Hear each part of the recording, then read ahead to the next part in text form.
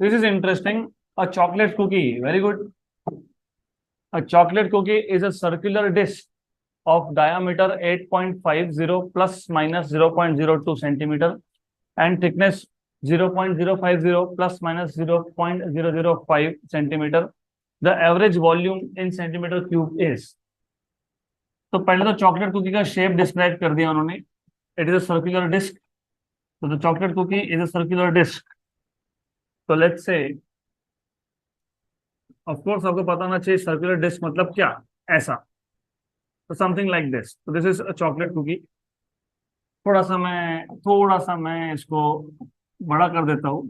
पीछे से दिखेगा नहीं अदरवाइज. ओके. तो समथिंग लाइक दिस. तो this is a chocolate cookie. Imagine करो सर्कुलर डिस्क दिख ही रहा है तो ऐसा चॉकलेट कुकी होगा. तो you have a chocolate cookie something like this.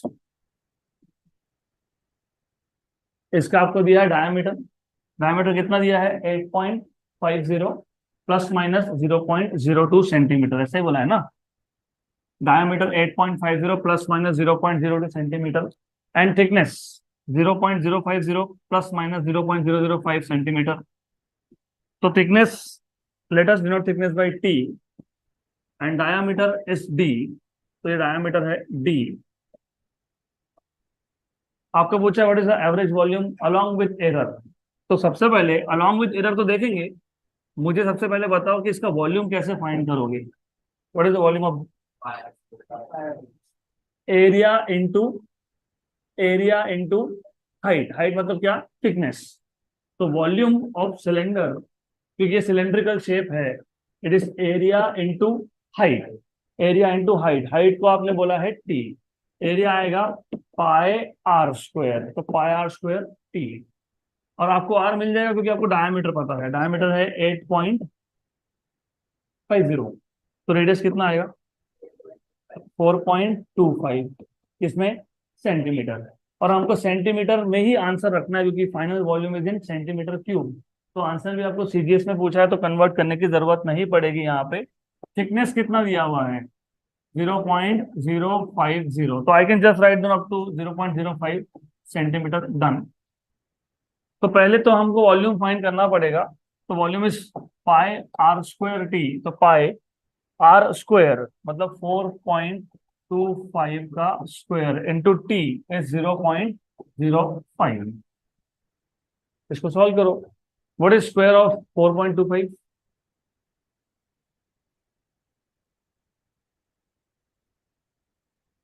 4.25 का स्क्वायर नहीं पता. चलो मैं बता देता हूँ. थोड़ा ध्यान दो. सिर्फ कैलकुलेशन यहाँ से अभी सिंपल करना चालू करना है. Do you know how to find out square of any number ending with 5. For example 15, 625. For example 25. पहले 15 का 625 नहीं आता है बाय द वे. 225 एंड इसका 25 का 625. 35 का 1225. 45 का 2025. तो कैसे करते हो. अगर आखिरी नंबर 5 हो तो 5 का स्क्वायर पीछे लिख देना. ये नंबर 1 है इसका अगला नंबर 2 है तो 1 इंटू 2. 5 का स्क्वायर 25. ये 2 है इसका अगला नंबर 3. 2 इंटू 3 6. 25. 3 का अगला नंबर 4. 3 इंटू 4 12. तो this is the trick of finding out square of numbers ending with 5. तो किसी जगह पे भी कर सकते हैं. मैं आज की 75 तो ऐसा फटाफट होगा 75. 7 8 जा 56. Clear. So this is how you should be able to find out square of number ending with 5. अभी यहाँ पे 4.25 है. एक काम करते हैं पहले इसको 425 लिख देते हैं. 25 42 into 43 1806 बराबर. डन.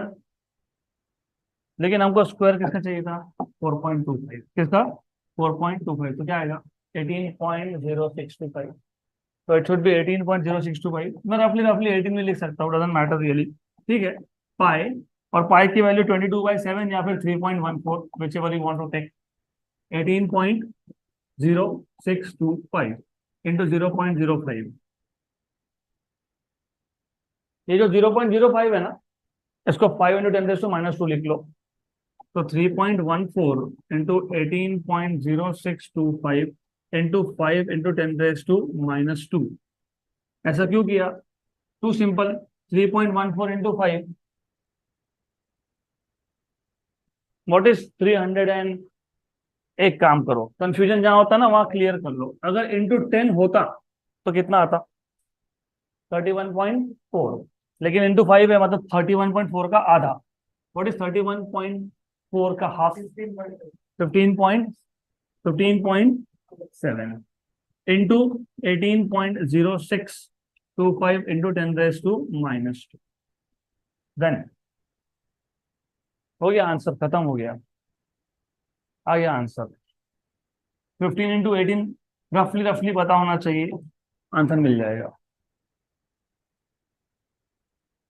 Option number A. कैसे? मैंने इसलिए बोला ना, रफली रफली you should know. What is 16 × 18, 15 × 18? What is, how do you find out 18 5 90? तो मैंने बोला 18 × 15, मतलब 18 × 10 प्लस 18 × 5। ऐसा ही करोगे ना? तो ये कितना है? 180। ये कितना है? What is 180 plus 90? 270। बराबर। हमारे पास क्या था? 15.7, मतलब 270 के ऊपर जाएगा। तो मैं इसको रफली रफली 280 मान लेता हूँ। थोड़ा कैलकुलेशन शुरू में दिक्कत होगी, लेकिन धीरे धीरे धीरे धीरे you will get used to it. What I have done is, मुझे 18 × 15.7 करना था, मैंने पहले 18 × 15 कर लिया।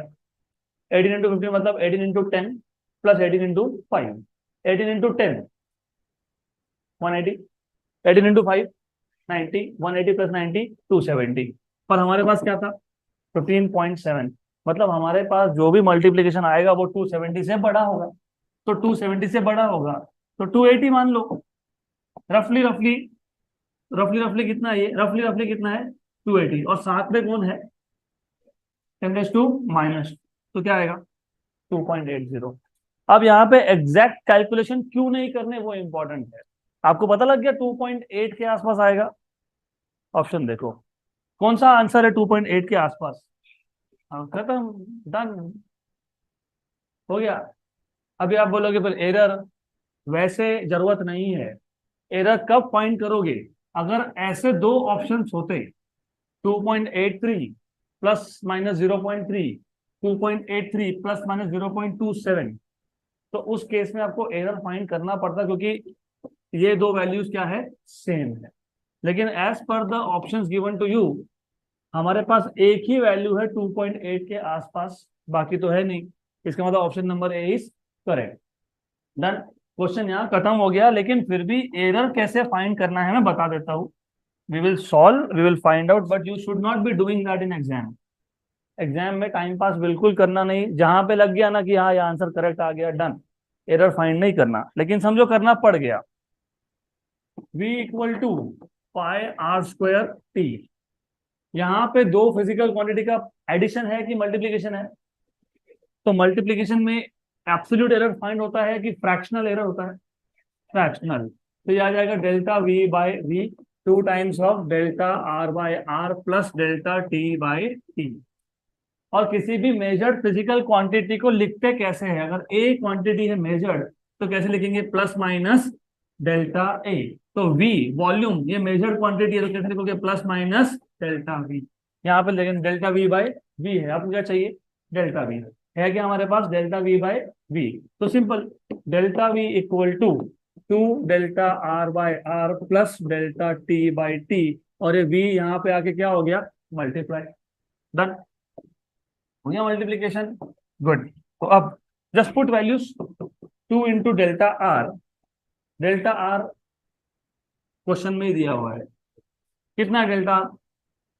0.0, 0.01 के 0.02।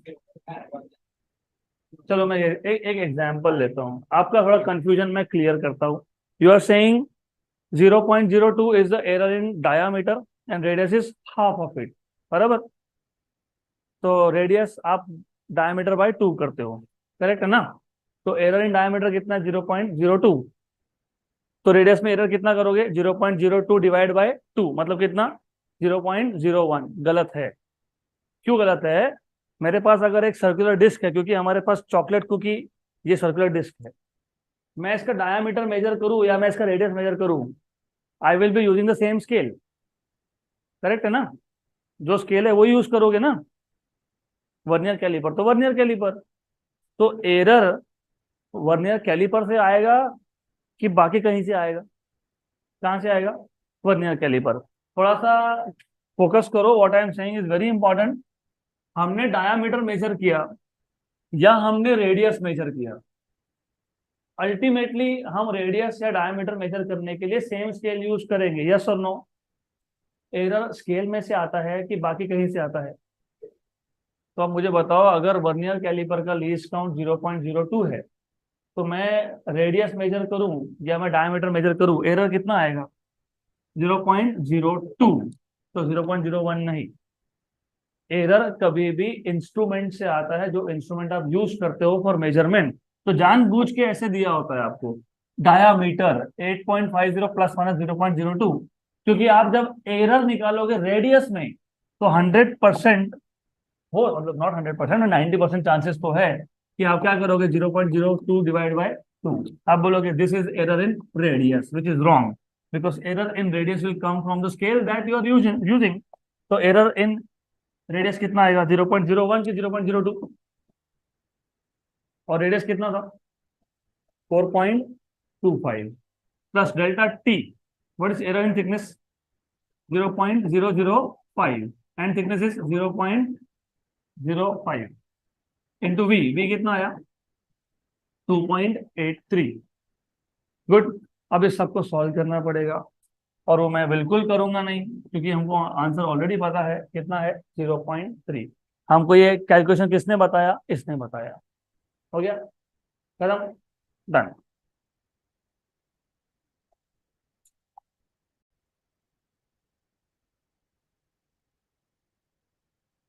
तो ये सिर्फ आपके प्रैक्टिस के लिए, इस क्वेश्चन में ये फाइंड करने की जरूरत नहीं है। You are not suppose to find out what is delta we.